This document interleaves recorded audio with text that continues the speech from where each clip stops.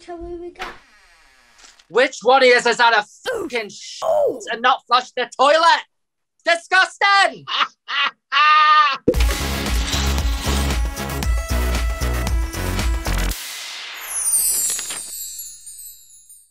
Hello! Hello! Why is she? Is this Lawrence? Because I'm looking to book her for a 40th. Oh, sorry, let me just get the book. 1 minute, she's in the cupboard. I'll just let her out. How are we doing tonight, everyone? Now that was fucking shit. Right, start again. How are we doing, everyone? Hi, Awhora! How are you? I'm good, thank you very much. How are you feeling after last night's episode? I feel fabulous. I mean, I left on a high. I had the best track record to that point. I looked gorgeous in the lip sync. My stand-up comedy was iconic. What more does a girl want? You should be really proud of yourself because you know what? You did that, period. We did the beep, beep, beep. Yeah, I'm glad you mentioned it because the comedy challenge was a whole moment. But what did get bleeped out? Can you tell us? No. No! That's the magic of the show. You know, it's those moments where, like, if you want to know, you'll find out somehow. But in the meantime, we're going to ride it out. Ride it like a bike, Boris. Well, you know what? We'll leave it to the imagination. I think it's already on Twitter. So it's there. You just got to find it. Real, deep, wholesome connection. We both had gay connections. Awhora, the time has come to celebrate your Drag Race journey. Yes, and we're going to make a yearbook so you can treasure the memories for years to come. But there's a catch. You must nominate yourself. No, I got that wrong. I've been doing this for weeks and look at that, I can't even get it right. Nominate anybody, but I can't nominate myself. Yes, I'm glad you watched the show. I watched the show, I found out the tea. I'm sure you do. Yes, so you can't nominate yourself, but you have to nominate your fellow sisters in the following yearbook categories. Are you ready? Oh, I'm ready. I was born ready. Are you bing, bang, bong? Oh, yeah, and I've got my schlong. Hey! Let's begin! Category is biggest drama queen. Lawrence Chaney. I knew that was coming. I just knew. She lived for it. That was a whole drama. And then Lawrence after Bimini, okay? Do not ask us if we're okay. If you're going to play that fucking game, I can't. You're not gonna. meant to be my friend. Okay. You see, we spoke about it prior to her addressing her list. So, you know, Lawrence and Bimini already stood there and said, I want to go first. Lawrence, I'll go last. Like, they volunteered. So me and Taste were like, thank God for that. Well, that's the worst out of the way. Then we can just go anywhere in the middle. I was like, I'm happy. I'm sorry to tell you, Dan. I said, I'm happy wherever you want to put me from second to fourth. You know what I mean? Like, whatever, it's fine. And yeah, she put me first.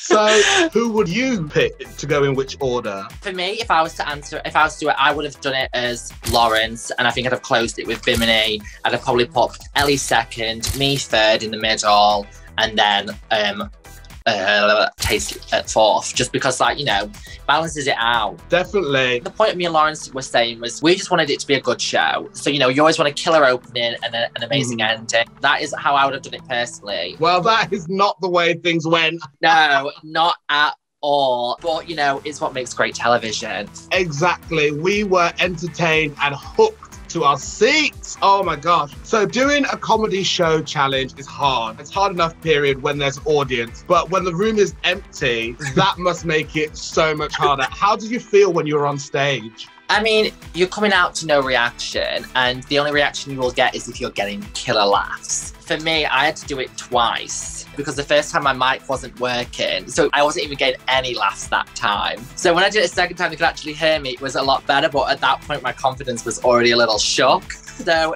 it was really, really hard. Obviously, I barely even perform, let alone do a stand-up show. So I was like, girl, just roll it out, be disgusting, and, you know, shit happens, literally. Literally shit happens. I thought you were great. I think you've got a career in physical comedy, Awhora. Oh, you mean porn? Yeah, I know. Yeah. Me too. I'm joking. That's it. You had it here first. There we go. Awhora is a porn star. Oh my God. Only who? Only fans, only Awhora here. Category is Miss Congeniality. Bimini. She was always the mediator. Every argument she'd go, girls, let's just have our drinks and enjoy the moment.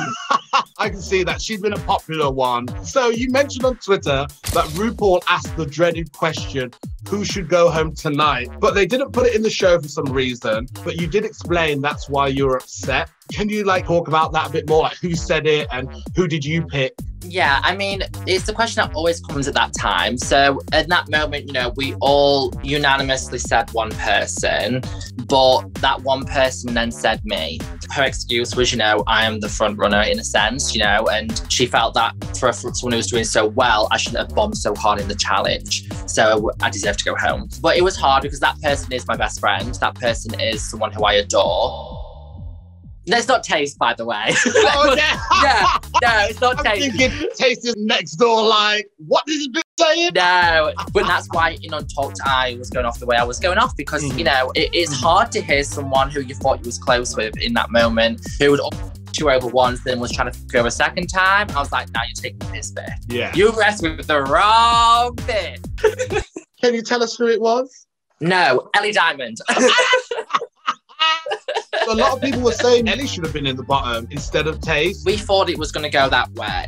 That's why, I think Ellie was so shocked when she was asked to stand at the back of the stage. But watching the actual show, being there as well, she didn't do a bad job. I mean, it was just very what is going on? But that's the thing, it gets to that point where everyone's doing well and you really can't write it. And I think, for me anyway, I think the show won at that moment of me and Taste against each other. They wanted the gaggery of Ellie staying, and that's what makes the show special. You don't know what to expect, and I applaud it for that reason. And I'm glad that I left when I did, rather than staying when, people thought that I would gone past my sell-by date. I've still kept people wanting more and people are still hungry, so I'm glad I left when I left. Yeah, because the children were really gagged. Yeah. And they're still to this day gagged and gooped and will be for a long time. Yeah, it was a shock. Probably my career, I'm joking. Category is Shadiest Queen. Well, doesn't the mirror look great? I would say Sister was shadiest spot. Okay, yeah, I can see that. After she came back. On the minibus, she would correct us all, put us in line. So you were given the villain edit around the start, but there's such an outpouring of love and support for you. And it was at the height last night. I just want to know, how did you navigate the villain edit? As soon as I got casted, I already felt it. It was kind of we love you, we love your bitchiness. That kind of, I was like, okay, so I see where this is going. I could feel it already before I even walked in the room. So I accepted that. But this is the thing, I was someone who in the drag scene wasn't known for being a performer, being out socializing. I always did photo shoots or, projects on set in places where other queens weren't. So people didn't really know me. They just saw images of me. So everyone already had this perception that I was this caricature of a cartoon villain. You look at my pictures and I look like a bitch.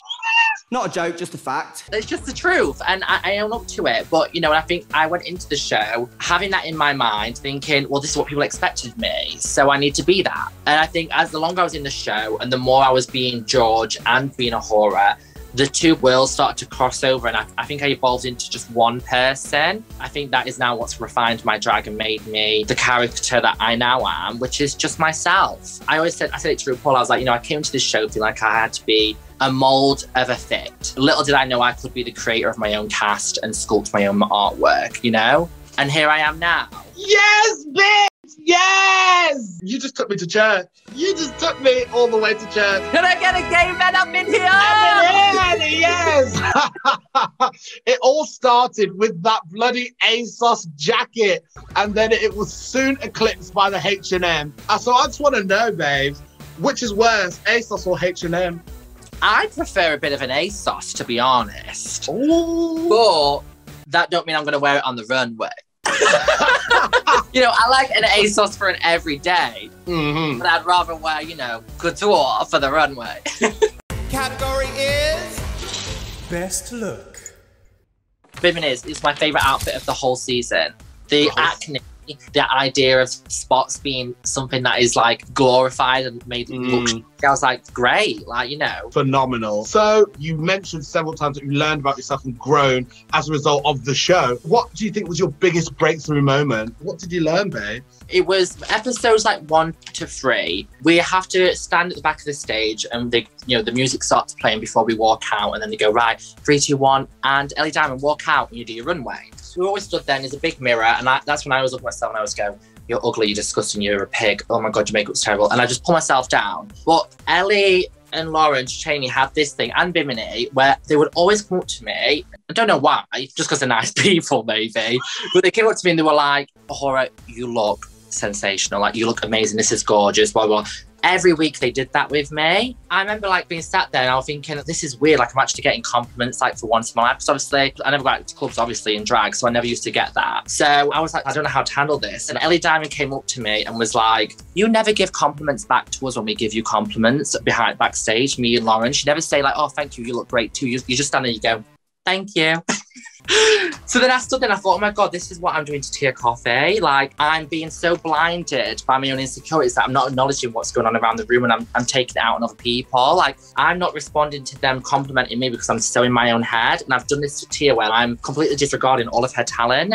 And that's when I was like, I need to sort this out right now. And it just happened like overnight. And I was like, I don't like the person that I'm trying to be when it's not me. And I just broke through, you know, and that comes from my own insecurities. You know, I was in a very bad place for 4 years in a relationship with a guy who used to tell me I was disgusting and absolute horrible person, mentally and physically abused. That's why I became drag, because I wanted to leave the person I was who was so insecure to become someone else. So it was weird that I was then trying to make other people feel insecure through becoming this different person, and I hated that. Sorry, that was a life story there. I feel like I'm talking to Oprah. I'm livid, babes. I honestly, power to you, especially being in that situation, in that pressure cooker, and then to have to go through all of these like emotions and self-reflection. I just give it up to you, babes. You really are that big, huh? Call me. Category is Class Clown. Taste. Is that because you know her well? I know her, but also it's just like, even when you watch the show, you see her confessionals, that's just her 24/7.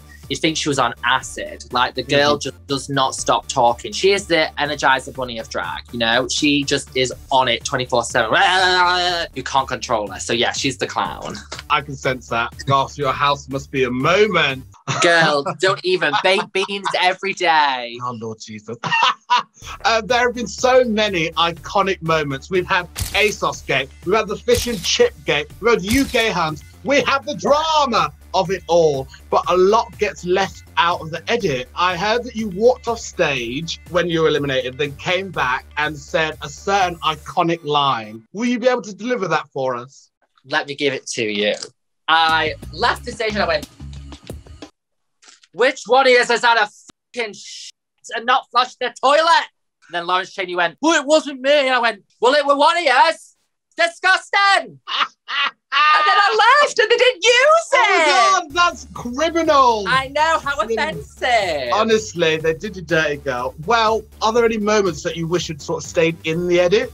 There was me coming for Lawrence. On this episode? Episode 7. So the one before this one. Like, telling her that she needs to check her attitude and be more self-aware of the room. Because Lawrence has this thing where she gets really worked up.